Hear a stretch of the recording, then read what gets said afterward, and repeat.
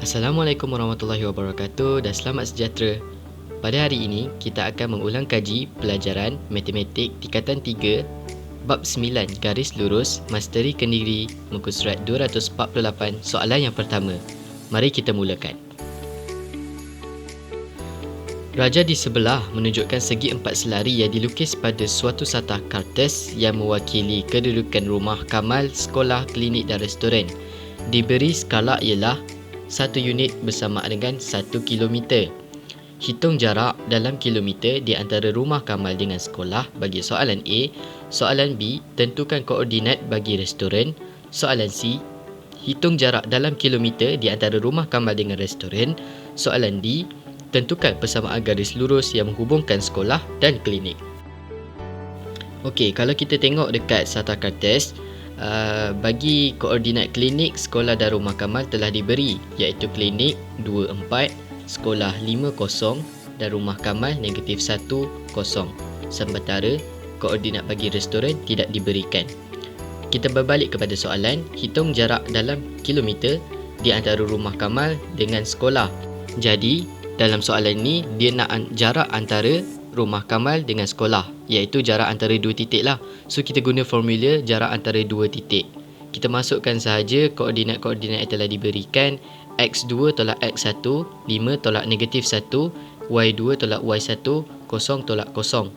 Dia akan menjadi punca kuasa 6 kuasa 2 tambah dengan 0 kuasa 2. 6 kuasa 2 bersamaan 36 tambah dengan 0 kuasa 2 bersamaan 0. Jadi punca kuasa 36 kita akan dapat 6 km. Okey, untuk soalan B, dia nak tentukan koordinat bagi restoran. Kalau kita lihat di sini, jarak antara rumah kamal dengan sekolah adalah sama dengan jarak antara klinik dengan restoran. Jadi perubahan di sini hanya berlaku pada paksi X sahaja dan tidak melibatkan paksi Y, kerana kalau kita tengok di situ, restoran dengan klinik berada di dalam satu garis lurus yang sama. Jadi paksi Y mereka adalah sama. Jadi kita dah tahu jarak antara rumah kamal dengan sekolah adalah 6 unit. So koordinat restoran bersamaan dengan 2 tolak 6, 4 tolak 0. Dia akan menjadi negatif 4. Negatif 4 tu untuk paksi X, 4 tu untuk paksi Y. Okey, untuk soalan C, dia nak hitung jarak dalam kilometer di antara rumah kamal dengan restoran. So kita guna balik formula jarak antara dua titik itu, iaitu punca kuasa dalam kurungan X2 tolak X1 kuasa 2 tambah dengan Y2 tolak Y1 kuasa 2. Masukkan je lah koordinat antara rumah kamal dengan restoran. Restoran pun kita dah tahu koordinat dia iaitu negatif 4. So punca kuasa 2 dalam kurungan negatif 4 tolak negatif 1 kuasa 2 tambah dengan 4 tolak dengan 0 kuasa 2. Dia akan menjadi punca kuasa 2 negatif 3 kuasa 2 tambah 4 kuasa 2. Negatif 3 kuasa 2 dia akan menjadi 9 tambah dengan 4 kuasa 2 dia akan menjadi 16. 9 tambah 16 bersama dengan 25. Punca kuasa 2 25 bersama dengan 5 km. Baiklah, sekarang ini kita balik kepada soalan yang terakhir, iaitu tentukan persamaan garis lurus yang menghubungkan sekolah dengan klinik. Perkara pertama sebelum kita tentukan persamaan garis lurus adalah kita perlu mencari nilai kecerunan, iaitu M. Apa formula kecerunan?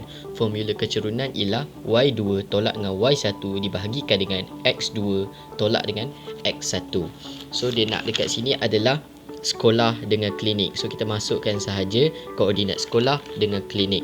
Okey, Y2 tolak Y1 bersama dengan 4 tolak 0 bahagi dengan 2 tolak dengan 5, kita akan dapat M bersamaan dengan negatif 4/3. Lepas tu kita guna persamaan garis lurus, rumus persamaan garis lurus iaitu Y sama dengan MX tambah dengan C. Dalam keadaan Y, kita boleh ambil mana-mana sahaja koordinat antara klinik maupun sekolah.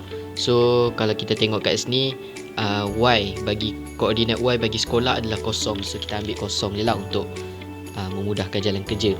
So 0 M bersamaan dengan negatif 4/3 darab dengan X bersamaan dengan 5 tambah dengan C.